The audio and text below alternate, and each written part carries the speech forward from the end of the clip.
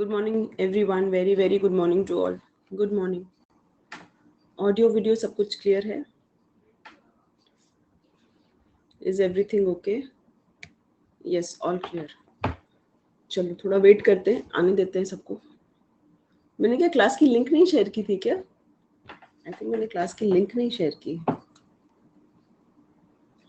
Notification तो आता होगा ना आप लोगों के पास? नोटिफिकेशन तो आता होगा. चलो, कुछ लोग बोलेंगे कि हम सो रहे थे या क्लास का लिंक नहीं मिला इसीलिए.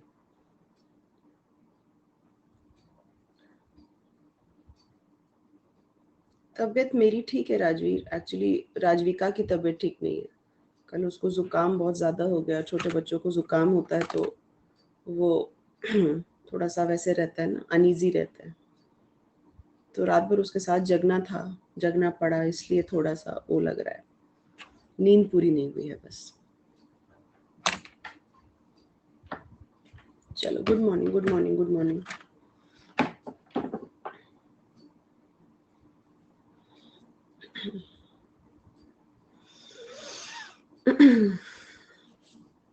जल्दी जल्दी आइए भाई सारे लोग.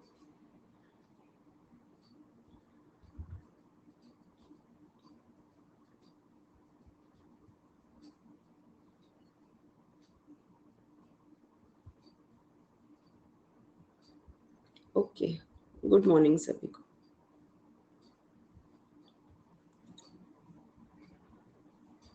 कल मैंने बता दिया था कि यहाँ पे मैं आपको कुछ एनसीईआरटी के चैप्टर्स पढ़ाऊंगी जो आप लोगों का ही था कि मैम ये चैप्टर में हमें डाउट है. ठीक है, ओके. तो उसी के रिगार्डिंग ये आपकी क्लास है.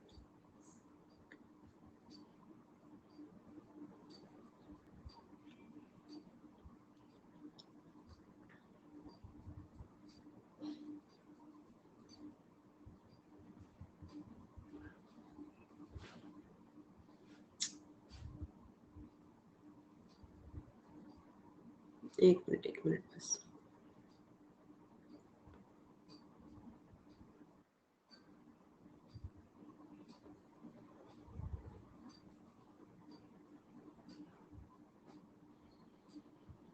निरंजन, तुम आओगे कल क्लास? कल आओगे क्लास करने? पहले क्लास में जो लोग ये सवाल पूछते हैं कि पूरा एनसीईआरटी नहीं पढ़ाइएगा, वो आमतौर पे 1-2 क्लास के बाद गायब हो जाते हैं. ठीक है, ओके. हम यही देखे हैं अभी तक. जो इस तरह का सवाल पहला दिन पूछते हैं ना कि मैम पूरा नहीं पढ़ाइएगा, कितने घंटे पढ़ाइएगा, वो आमतौर पे पहले 2 क्लास के बाद दिखते नहीं है.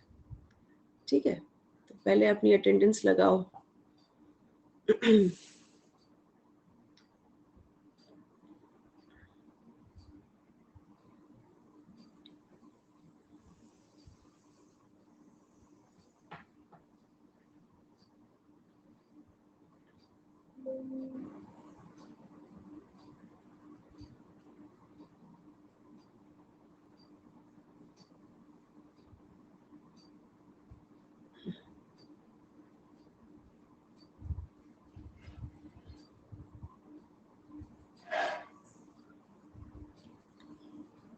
चलो, तो हम लोग कल कहाँ पे लीव किए थे क्लास?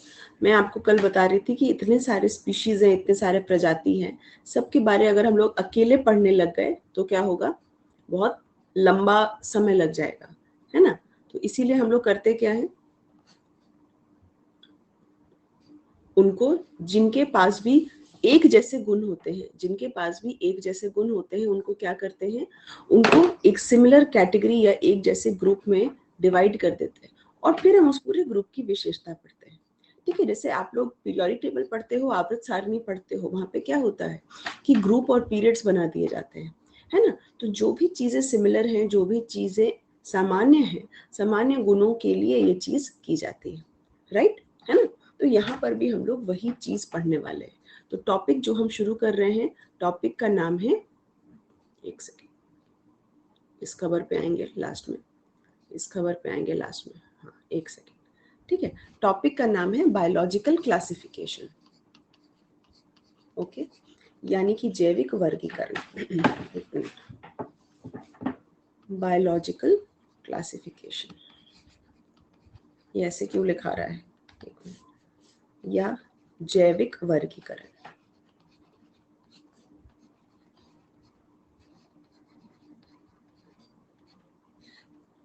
ठीक है, अब इसमें आपको क्या देखना है कि किस तरीके से जो भी ऑर्गेनिजम्स हैं, जो भी सजीव हैं, उनको क्या किया गया, क्लासिफाई कर दिया गया। ठीक है, तो सबसे इंपॉर्टेंट इसमें ये बात है कि भाई ये जो भी क्लासिफिकेशन है, वर्गीकरण है, ये किसके लिए है, ये है सिर्फ और सिर्फ सजीवों के लिए। यानी ऐसे ऑर्गेनिजम्स जो क्या हैं, जो लिविंग ऑर्गेनिजम्स हैं, जिनके पास जीवन है। ठीक है, जो भी नॉन लिविंग है, क्या आप उनको इसमें रखेंगे? जी नहीं। ठीक है, तो यहाँ पर हम जो भी क्लासिफिकेशन करेंगे, जो भी वर्गीकरण करेंगे, वो सिर्फ और सिर्फ किसका करेंगे, जीवित जीवों का करेंगे, यानी कि लिविंग ऑर्गेनिजम्स का करेंगे। ठीक, अब कौन आता है इससे पहले जान लो कि इसमें कौन नहीं आते। ठीक है, बायोलॉजिकल क्लासिफिकेशन जब हम वर्गीकरण करते हैं, वर्गीकरण क्यों करते हैं, ताकि पढ़ने में आसानी हो जाए। इंडिविजुअली एक एक के बारे पढ़ोगे, अकेले एक एक प्रजाति के बारे पढ़ोगे, मुश्किल हो जाएगा। इसीलिए आप करते क्या हो कि उनको ग्रुप में बांट देते हो, जिनमें एक जैसे गुण है उनको कुछ ग्रुप्स में आप बांट देते हो। ठीक है, ओके, और फिर उनके बारे आप पूरी क्या करते हो, अध्ययन करते हो, पढ़ाई करते हो। ठीक, राइट। अब इसमें आप किसको नहीं क्लासिफाई करते हो, आप सबसे पहले वायरस को नहीं इस श्रेणी में रखते हो। ठीक है, वायरस यानी कि विषाणु को आप इस श्रेणी में नहीं रखते। कहोगे मैम क्यों, वायरस तो बीमारी कॉज करता है ना। वायरस असल में कनेक्टिंग लिंक होता है between living and non living. जब तक एक वायरस आपके शरीर से बाहर है, ये क्या होता है, ये निर्जीव होता है। ठीक है, जब तक वायरस शरीर से बाहर है, ये आपका कुछ नहीं बिगाड़ सकता। द मोमेंट, वो क्षण जब वायरस आपके शरीर में घुस जाता है, तो ये करता क्या है, आपके शरीर पर कब्जा करता है और फिर आपका सहारा लेकर ये डिवाइड करता है। ठीक है, यानी आपके सेल में प्रवेश करते ही ये लिविंग की तरह बिहेव करता है। भाई सजीव ये निर्जीव तो प्रजनन नहीं कर सकते ना, निर्जीव चीज बच्चे तो नहीं पैदा कर सकता, प्रजनन नहीं कर सकते। ठीक है, ये गुण किसका है, सजीवों का है।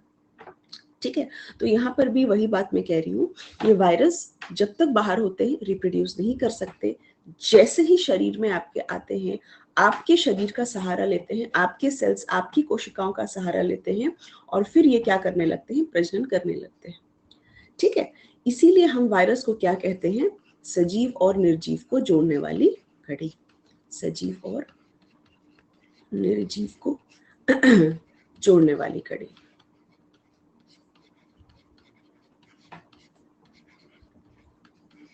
ठीक है, connecting link between living and non living.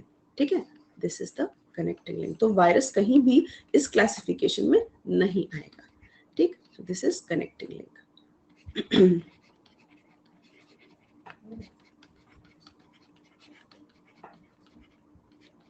पहली बात तो ये हो गई। ठीक है, इसके बाद आपको क्या जानना है, और कौन नहीं आते इस क्लासिफिकेशन में, बायोलॉजिकल क्लासिफिकेशन में नहीं आते, या इनको कौन कौन सी जगह नहीं मिली है। एक तो वायरस को नहीं मिली है, दूसरा किसको नहीं मिली है, विरियोइड को नहीं मिली है। ठीक है, किसको नहीं मिली, विरियोइड, विरियोइड।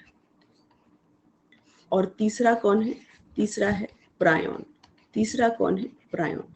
इनके बारे डिटेल में पढ़ेंगे, थोड़ा सा पेशेंस रखिए, थोड़े देर में पढ़ेंगे। ठीक है, मतलब थोड़े दिनों में पढ़ेंगे, पहले हम आपको बेसिक चीजें बता दें।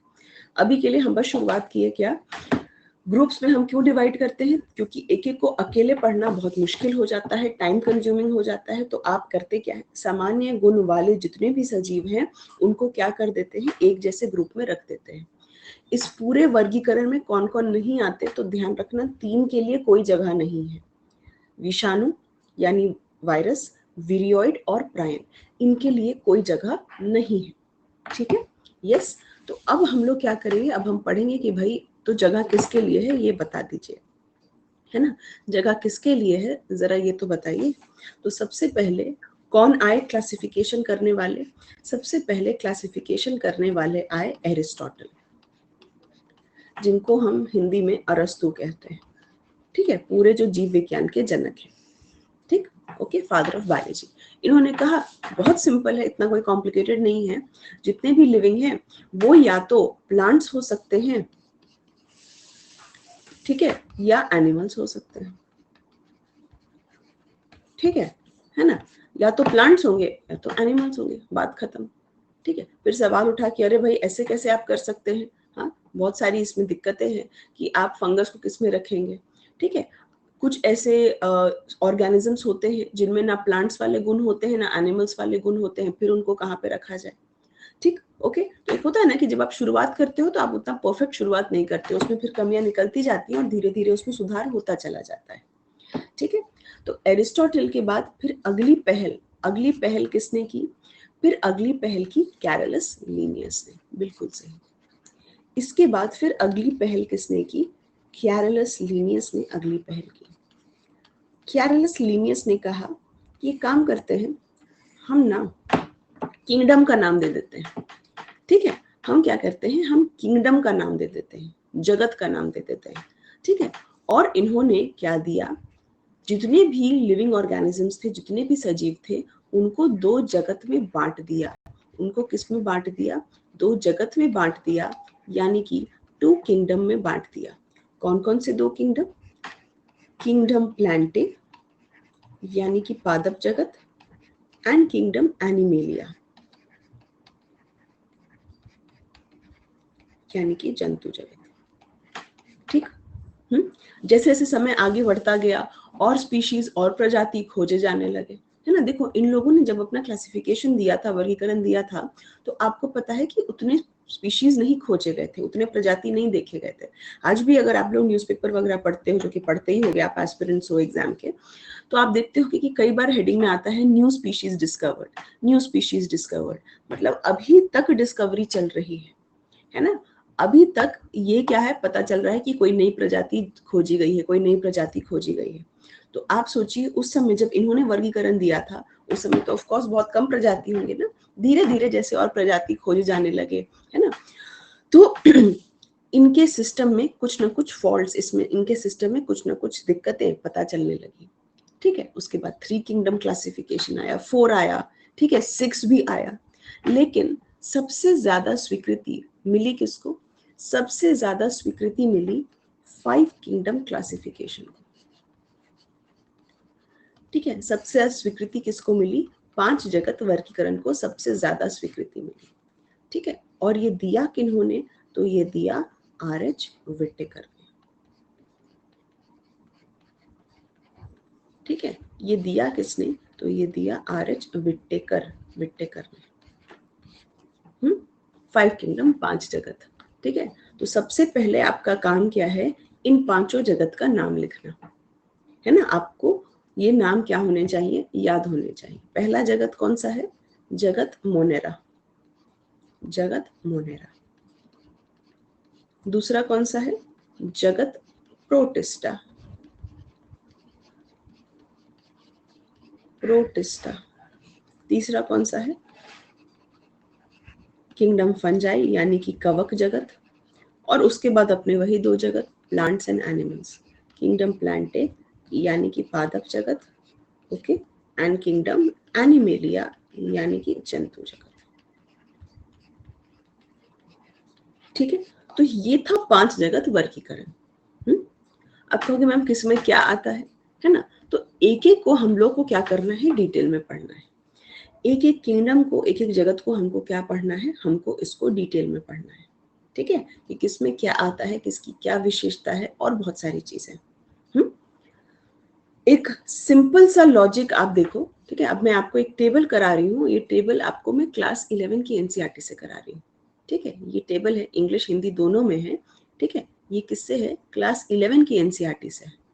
ठीक, ओके, क्योंकि अब आपको पता है साइंस में भी डायरेक्ट नहीं आ रहा, थोड़ा सा चीजें घुमा के आपसे पूछी जा रही है। जैसे आपको याद होगा एवरीडे केमिस्ट्री से इस बार एक सवाल आया, ड्रग्स पे सवाल नहीं आया, दवाइयों पे सवाल नहीं आया, सवाल आया कि आप दवाइयों को जो क्लासिफाई करते हैं उनमें से सबसे विश्वसनीय तरीका कौन सा है ना, वर्गीकरण का।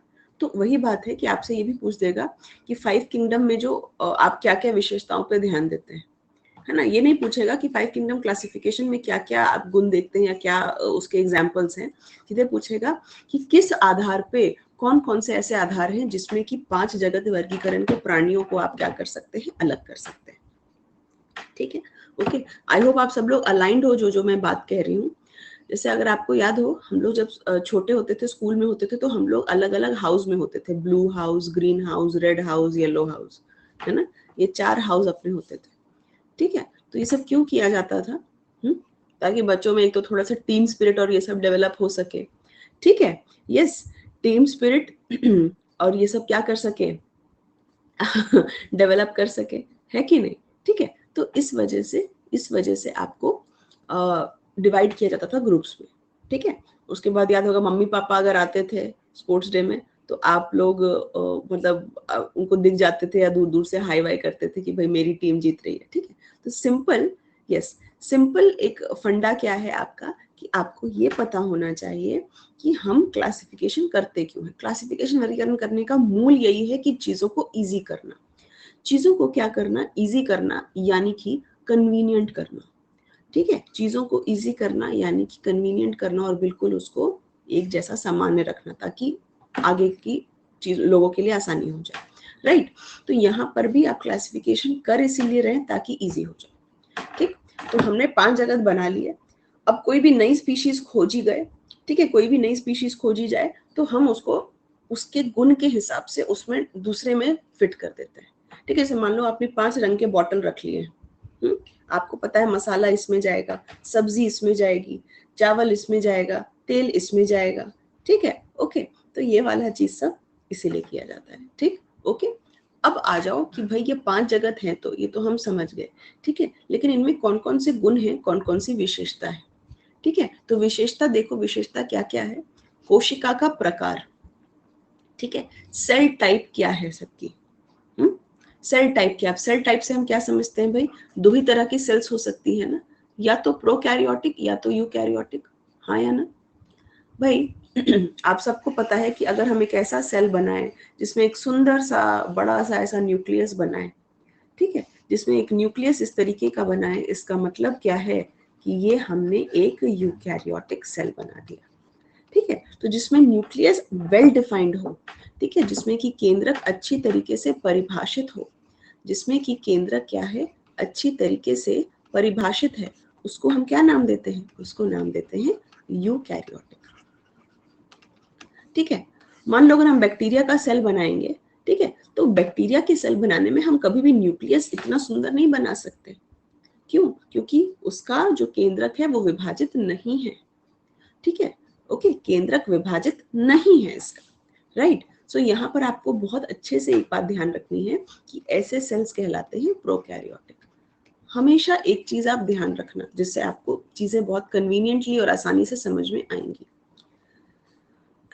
सिर्फ मोनेरा ही प्रोकैरियोटिक है, मतलब सेल टाइप या कोशिका का प्रकार सिर्फ प्रोकैरियोटिक मोनेरा है। ठीक है, बाकी सारे के सारे क्या हैं? बाकी सारे के सारे प्रोटिस्टा हैं। बाकी सारे के सारे क्या हैं? प्रोकैरियोटिक है, सॉरी, बाकी सारे के सारे क्या हैं आपके? ये प्रोकैरियोटिक है,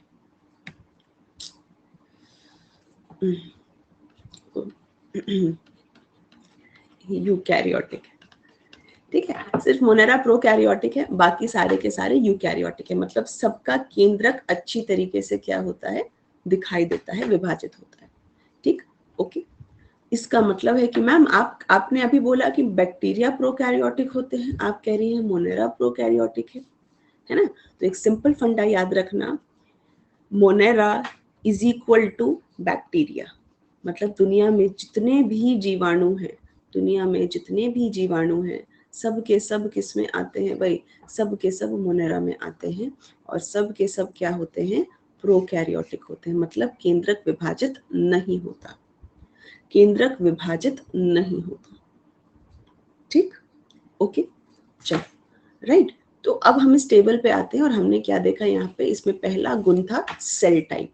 सेल टाइप में देखो, सिर्फ मोनेरा के नीचे प्रोकैरियोटिक लिखा है, बाकी सबके नीचे यूकैरियोटिक, यूकैरियोटिक, यूकैरियोटिक, यूकैरियोटिक। ठीक है, ओके, यस, सिर्फ मोनेरा के नीचे प्रोकैरियोटिक लिखा है, बाकी सबके नीचे यूकैरियोटिक। क्लियर है ये बिल्कुल क्लियर है। सेकंड पे आइए, सेल वॉल। सेल वॉल यानी कि कोशिका भित्ति। सेल वॉल यानी कि कोशिका भित्ति। अब जरा बताना सेल वॉल क्या होता है।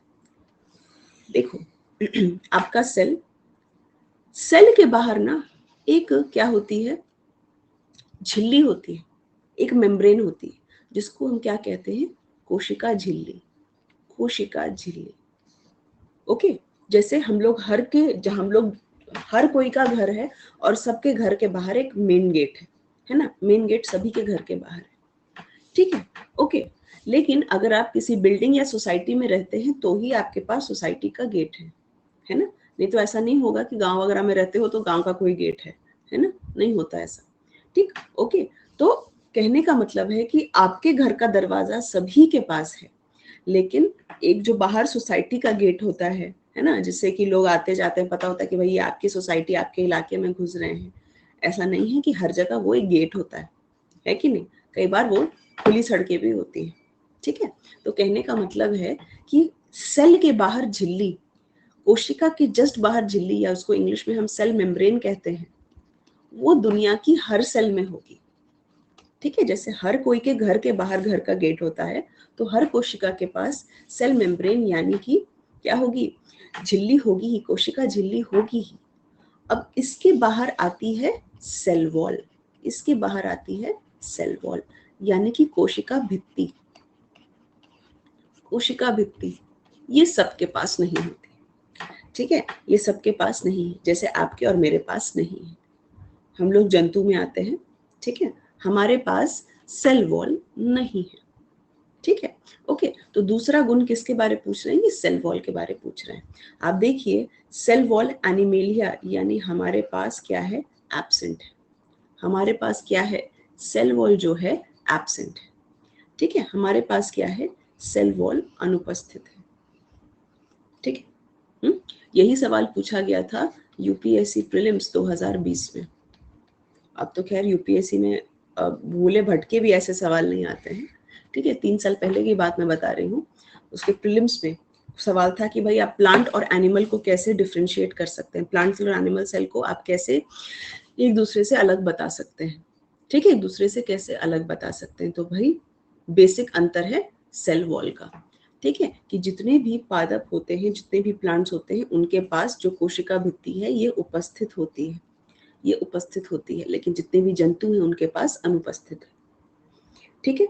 फंजाई यानी कवक के पास भी होती है, उपस्थित है ना, किसकी बनी है, उपस्थित में बनी है, ठीक है, ओके।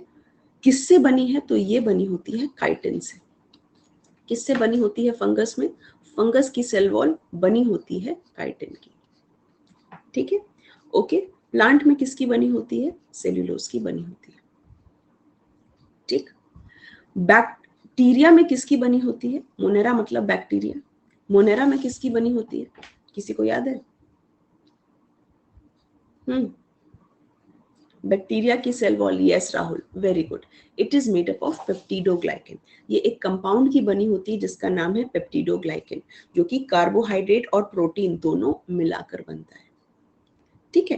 कहने का एक सिंपल मतलब, अगर इसी सिंपल से सवाल को, ठीक है, सिंपल से सवाल को ट्विस्ट करके पूछा जाएगा तो देखो कैसे पूछा जाएगा। आपको सिर्फ इतना ध्यान रखना है कि सेल वॉल किस किस में होती है। भाई हम आपको 5 जगत बताए हैं, 5 जगत बताए हैं, Monera, protista, fungi, Plantae, animalia. Monera में सेल वॉल होगी ही होगी, प्रोटिस्टा में हो भी सकती है, नहीं भी हो सकती, कोई फिक्स नहीं है, ठीक है, कोई फिक्स नहीं। फंजाई कवक में होगी ही होगी, प्लांट्स में होगी ही होगी, ठीक है, प्लांट्स में होगी ही होगी। कवक में सेल वॉल किसकी बनी है, तो कहोगे मैम काइटिन की बनी है, एक तरीके का कार्बोहाइड्रेट है जिसका नाम है काइटिन। पादप में किसकी बनी है, तो पादप में सेल्यूलोज की बनी है। और मोनेरा, मोनेरा में किसकी बनी है, यानी जीवाणु में किसकी बनी है, तो पेप्टिडोग्लाइकेन नाम एक कंपाउंड की बनी है, पेप्टिडोग्लाइकेन नामक एक कंपाउंड की बनी है, पेप्टिडोग्लाइकेन, ठीक है। ये सिंपल बात है। अब इससे मुश्किल सवाल क्या पूछेगा, non cellulosic cell wall is present is in, ठीक है, which of the following have non cellulosic cell wall, इनमें से किसकी कोशिका भित्ति में सेल्यूलोज नहीं है? ठीक है, किसकी कोशिका भित्ति में सेल्यूलोज नहीं है? पेप्टिडोग्लाइकन में सेल्यूलोज है? जी नहीं। काइटिन में सेल्यूलोज है? जी नहीं। सिर्फ प्लांट की सेल वॉल सेल्यूलोज से बनी है। ठीक है, सिर्फ प्लांट की सेल वॉल सेल्यूलोज से बनी है, इन दोनों की सेल वॉल में सेल्यूलोज नहीं है। ठीक है, तो सवाल कैसे, इसी सवाल को, इसी बेसिक इंफॉर्मेशन को अगर उनको मुश्किल ढंग से पूछना होगा तो वो कैसे पूछेंगे? Which of the following have non cellulosic cell wall? Non का मतलब नहीं, है ना, मतलब किसके पास सेल्यूलोज की सेल वॉल नहीं है? जवाब क्या दीजिएगा? मोनेरा और फंजाई, मोनेरा और फंजाई। ठीक है, हाँ, तो देखो यही लिखा है, मोनेरा के भी नीचे नॉन सेल्यूलोसिक लिखा है। ठीक है, ओके। अब एक बार हिंदी में देख लो इस चीज को, एक बार हिंदी में देख लो, सेल्यूलोज रहित।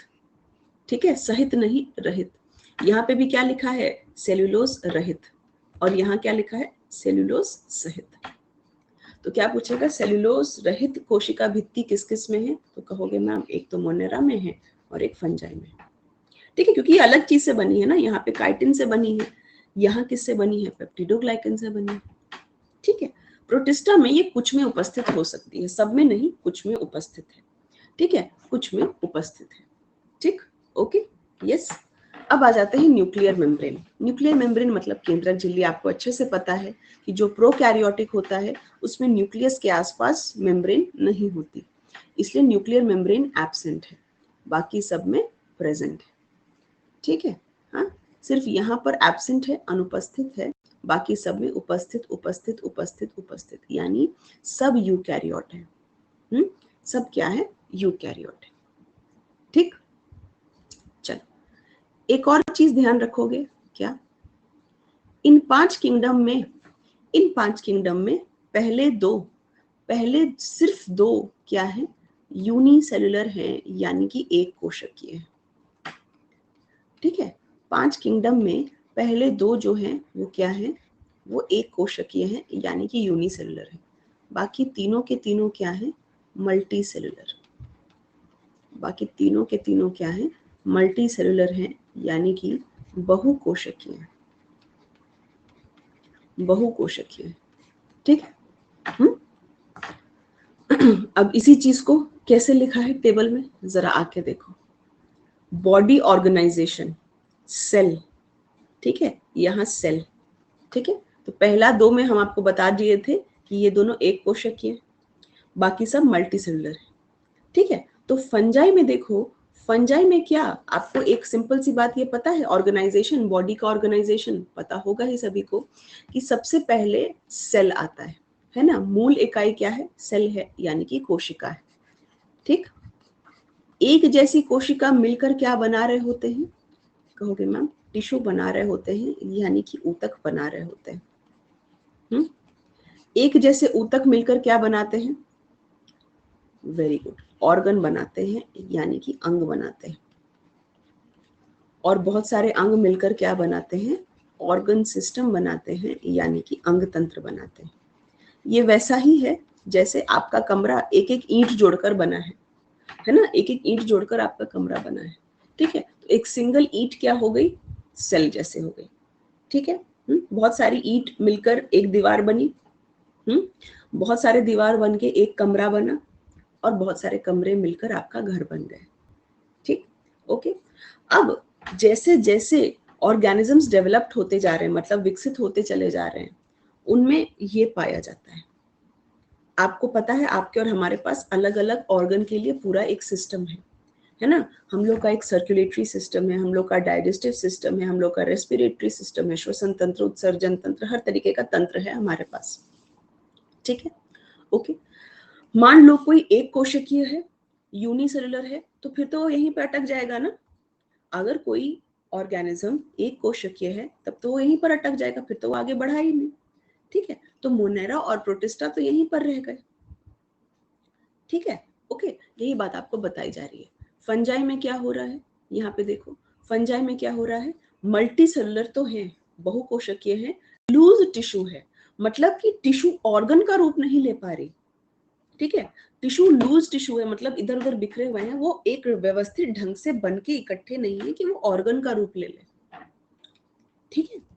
प्लांट्स में कुछ में टिश्यू हो सकता है, कुछ में क्या हो सकता है, ऑर्गन हो सकता है। और एनिमल्स में टिश्यू हो सकता है, ऑर्गन हो सकता है, या ऑर्गन सिस्टम हो सकता है। ठीक है। ओके, तो आपको क्या ध्यान रखना है कि मोनेरा और प्रोटिस्टा चूंकि दोनों एक कोशिकीय हैं, तो इसमें इनकी जो बॉडी ऑर्गेनाइजेशन है यानी कि काय संरचना है, ये सिर्फ और सिर्फ कोशिका तक ही टिकी रहती है ना? ये सिर्फ और सिर्फ कोशिका तक ही क्या है, टिकी हुई है। जबकि जो फंजाई हैं में बात टिश्यू तक पहुंचती है, लेकिन ऑर्गन तक बिल्कुल नहीं पहुंचती। ठीक है, ऑर्गन तक बिल्कुल नहीं पहुंच, देख रहे हो, अदृढ़ ऊतक, यानी ऊतक क्या है, अंग नहीं बना रहे। हाँ, प्लांट में टिश्यू भी बन सकता है, ऑर्गन भी बन सकता है, और एनिमल में ऑर्गन सिस्टम तक भी जा सकता है। ठीक है, ऑर्गन सिस्टम तक भी क्या हो सकता है, जा सकता है। ठीक, तो क्या ध्यान रखोगे, सेल में कौन कौन से आ गए आपके, मोनेरा और प्रोटिस्टा। कौन आ गए, मोनेरा और प्रोटिस्टा। टिश्यू लेवल पर कौन आ सकता है, फंगस तो आ सकता है। ठीक है। प्लांट्स में क्या हो सकता है, प्लांट्स में ये दोनों हो सकते हैं। हाँ, और एनिमल्स में ये तीनों हो सकता है। एनिमल्स में ये तीनों हो सकता है। ठीक है, एनिमल्स में क्या हो सकते हैं, ये तीनों हो सकते हैं। ठीक, क्लियर है, सिंपल है। आगे चल सकते हैं जी। टेबल का अगला देखते हैं। ये हो गया, ये हो गया, ये हो गया। अब आते हैं मोड ऑफ न्यूट्रिशन। ठीक है, mode of nutrition, mode of nutrition कहने का मतलब है कि किस प्रकार से भोजन लिया जाता है। ठीक है, पोषण लेने की विधि क्या क्या है। तो भाई मोनेरा में देखिए, मोनेरा में बैक्टीरिया आते हैं। आमतौर पे हमको लगता है प्रकाश संश्लेषण करना सिर्फ पौधे कर सकते हैं, है ना, सिर्फ पौधे ही प्रकाश संश्लेषण कर सकते हैं, जबकि ऐसा नहीं है। बैक्टीरिया भी, जीवाणु भी प्रकाश संश्लेषण कर सकते हैं। ठीक है, तो मोनेरा में आप देखिए ऑटोट्रॉफिक भी लिखा है, हेट्रोट्रॉफिक भी लिखा है, मतलब स्वपोषी और विषमपोषी दोनों हो सकते हैं। ठीक है, इसी तरीके का सवाल बिहार टीचर एग्जाम में आपसे पूछा गया था, याद करो। ठीक है, ओके, तो ये स्वपोषी भी हो सकते हैं और परपोषी दोनों हो सकते हैं। ठीक है, सेम चीज प्रोटिस्टा के साथ भी है, ये भी स्वपोषी भी हो सकते हैं, परपोषी भी हो सकते हैं। ठीक, कवक की बात करते हैं, फंजाई की बात करते हैं, तो ये स्वपोषी नहीं होते। ठीक है, फंजाई सिर्फ और सिर्फ परपोषी है। ये भी बीपीएससी पूछा था आपसे एक बार, मुझे लगता है पिछले से पिछले बार बीपीएससी ने ये वाला सवाल भी आपसे पूछा था। ठीक है, ओके, ये क्या है, परपोषी। प्लांट्स की बात करें तो आपको पता है अधिकांश प्लांट स्वपोषी होते हैं। हम ये नहीं कहेंगे सारे प्लांट स्वपोषी होते हैं, अधिकांश प्लांट्स क्या होते हैं, स्वपोषी। और जितने भी जंतु हैं वो क्या होते हैं, वो परपोषी ही होते हैं। ठीक है, जितने भी जंतु हैं वो क्या होते हैं, परपोषी ही होते हैं। तो यहाँ पे हम लोग बाकी सब डिटेल में समझेंगे कि कीमोसिंथेटिक, फोटोसिंथेटिक क्या है जब हम लोग एक किंगडम के बारे पढ़ते हैं। लेकिन आपको एक चीज ध्यान रखनी है कि जो पोषण लेने का प्रकार है, तरीका है, वो दो ही हो सकता है। या तो आप स्वपोषी हैं, स्वपोषी मतलब अपना पोषण स्वयं ले सकते हैं, किसी और पर निर्भर नहीं है अपने पोषण के लिए। ठीक है, अपना ग्लूकोज खुद बना सकते हैं। ठीक है, और दूसरा है परपोषी, मतलब जो दूसरे पर निर्भर है। परपोषी मतलब हेट्रोट्रॉफ, स्वपोषी मतलब ऑटोट्रॉफ। ठीक है, तो स्वपोषी में कौन आएंगे भाई, बैक्टीरिया आ सकते हैं। ठीक है, यानी मोनेरा जगत आ सकता है, प्रोटिस्टा जगत भी आ सकता है, क्योंकि मोनेरा प्रोटिस्टा में दोनों लिखा है। ठीक है, और कौन आ सकते हैं, प्लांट्स आ सकते हैं, प्लांटे आ सकता है। ठीक है, परपोषी में कौन आता है, फिर से मोनेरा आता है, यानी मोनेरा दोनों हो सकता है। प्रोटिस्टा आता है, प्रोटिस्टा दोनों हो सकता है। ठीक है, ओके, फंजाई आ सकता है, फंजाई सिर्फ यहीं पर है, कवक सिर्फ यहीं पर है। ठीक है, और एनिमेलिया आता है, एनिमेलिया आता है। ठीक है, आप स्टार मार्क करके लिख सकते हैं, आप स्टार मार्क करके लिख सकते हैं कि यहाँ पे कुछ प्लांट्स भी आते हैं, सम प्लांट्स भी आते हैं, कुछ प्लांट्स भी आते हैं। ठीक है, क्लियर है ये वाली बात? ये वाली बात क्लियर है? जल्दी जल्दी बताएंगे। ठीक है, कसकटा, अमरबेल, काजल, बहुत सारे प्लांट्स होते हैं। ठीक है, वीनस फ्लाई ट्रैप जो स्वयं पोषण नहीं बना पाते। ठीक है, पैरासिटिक प्लांट्स, राइट। ठीक है, क्लियर है? क्या ये टेबल क्लियर है आप सभी को? ठीक है, तो हम जो विभाजित किए 5 में, 5 किंगडम में जो विभाजित किए, जो डिवाइड किए, उसमें हम क्या क्या क्राइटेरिया यूज किए? कोशिका का प्रकार, सेल टाइप, कोशिका भित्ति, भोजन का प्रकार, केंद्रक झिल्ली, काय संरचना। ठीक है, इन सब के आधार पे हम इसको क्या किए? डिवाइड किए, विभाजित किए। ठीक, ओके, चलो अब बाकी हम लोग शाम की क्लास में कंटिन्यू करेंगे। 8:30 क्लास होगी शाम में आपकी ये वाली। ठीक है, बट जाने से पहले आप लोगों को एक चीज बता दें जो अभी फिलहाल किस में चल रही है, सुर्खियों में चल रही है। ठीक है, हाँ, एनवायरमेंट से रिलेटेड एक फैक्ट, ठीक है, जो सुर्खियों में चल रही है। कोनोकार्पस ट्री, एक पेड़ है जिसका नाम है कोनोकार्पस, उसको क्या किया गया है? उसको गुजरात सरकार ने बैन कर दिया है। ठीक है, कहा गया है कि ये क्या है? मानव जीवन के लिए नुकसानदेह। ठीक है, ओके, तो कोनोकार्पस प्रजाति के पौधों को गुजरात में बैन कर दिया है, ये कहकर कि ये हमारे लिए नुकसानदायक है। ठीक है, ओके, ये क्यों नुकसानदायक है और इसके पहले भी क्या किसी स्टेट ने इसको बैन किया था? ओके, ये 2 सवाल आपसे यहाँ से बनते हैं, तो ध्यान रखिएगा। तेलंगाना ने भी इसको पहले बैन किया तेलंगाना में भी ये बैन किया जा चुका है। ठीक, ओके, लोग इसको लगाते क्यों थे? क्योंकि ग्रीनरी के लिए, है ना, अच्छा खासा हरा भरा था, इसलिए इसको ग्रीनरी के लिए इसको लगाया जाता था। ठीक, लेकिन देखा क्या जा रहा है? कफ, कोल्ड, एस्थमा, एलर्जी, आपको अच्छे तरीके से पता है कि इससे पॉलन ग्रेन्स निकलते हैं। ठीक है, इससे क्या, अदर प्लांट से पॉलन ग्रेन्स निकलते हैं, है ना, परागकण निकलते हैं, और कई बार परागकण लोगों के लिए एलर्जी का कारण बन जाते हैं, खास तौर पे एस्थमा पेशेंट्स को। ठीक है, एस्थमा कई बार एग्जैजरेट हो जाता है या अचानक से बढ़ जाता है जब आप एस्थमा के मरीजों को भेज देते हैं धूल धक्कड़ वाले एरिया में, या ऐसे जगह पे जहाँ पे हवा के साथ पॉलन ग्रेन भी उड़ रहे हैं। ठीक है, तो हवा के साथ वो उसको सांस लेंगे और उनको फिर सांस लेने में क्या होगी? कठिनाई होगी। ठीक है, तो एक कारण है कि भाई आपके हेल्थ पे बुरा असर पड़ रहा है ना, आपके हेल्थ पर बुरा असर पड़ रहा है, इसीलिए ये क्या है? नुकसानदेह है। और दूसरा कारण क्या है कि भाई ये फटाफट से ग्रो करते हैं, बहुत जल्दी फैल जाते हैं। ठीक है, क्या करते हैं? जल्दी फैल जाते हैं। ठीक है, तो इसका मतलब क्या है कि जो हम लोग का ड्रेनेज सिस्टम है, ठीक है, जो हम लोग का ड्रेनेज सिस्टम है, उसमें भी ये ऐसे ऐसे ग्रो कर सकते हैं। ठीक है, उसमें भी ऐसे ऐसे ऐसे ग्रो कर सकते हैं। आपको नहीं लगता कहीं ना कहीं ये जंग करेंगे? ड्रेनेज का हानि होगी, ड्रेनेज ठीक से नहीं हो पाएगा। ठीक है, ओके, तो वही लिखा है कि ये इंफ्रास्ट्रक्चर यानी बुनियादी ढांचे, ठीक है, खास तौर पे जल निकासी प्रणालियों को क्या कर सकते हैं? नुकसान पहुंचा सकते हैं। ठीक है, ओके, तो ये क्या है? ये कुछ कारण हैं जिनके वजह से क्या किया गया है? गुजरात सरकार ने कोनोकार्पस पर बैन लगा दिया गया, बैन लगाया है। ठीक है, इसके पहले ध्यान रखना तेलंगाना सरकार ने भी इस पर क्या किया था? बैन लगा दिया। ठीक, ओके, तो ये एनवायरनमेंट से रिलेटेड एक फैक्ट था। ओके, मैं आप कोशिश करूंगी कि आपसे हर क्लास में कुछ ना कुछ ऐसे छोटे छोटे फैक्ट्स में आपसे क्या करती रहूं? डिस्कस करती रहूं। एस्थमा क्या है अर्शी? तभी कहते बेटा कि वो वाली क्लास करो, रिकॉर्डेड वाली। ठीक है, बिकॉज उसमें हम पढ़ाएं, अब यहाँ तो पढ़ाने में समय लगेगा। देखो, अपना ना लंग्स कुछ ऐसा होता है। ठीक है, अपना लंग्स 2 फेफड़ा है, लंग्स है। ठीक है, और लंग्स में ना कुछ ऐसी 2 पाइप्स जाती हैं जिसको ब्रोंकाई कहते हैं, जिसको क्या कहते हैं? ब्रोंकाई। और इसकी और ब्रांचेस होती हैं अंदर, जिनको क्या कहते हैं? ब्रोंक्यूल। अब तुम खुद सोचो, हवा फेफड़ों में इन्हीं से आ रही है, अगर इन्हीं में सूजन होगी तो क्या होगा अर्शी? अगर इन्हीं में सूजन होगी तो क्या होगा? ये पहले इतने चौड़े थे, अब अगर सूजन हो जाएगी तो ये क्या हो जाएंगे? सकरा हो जाएगा ना ये।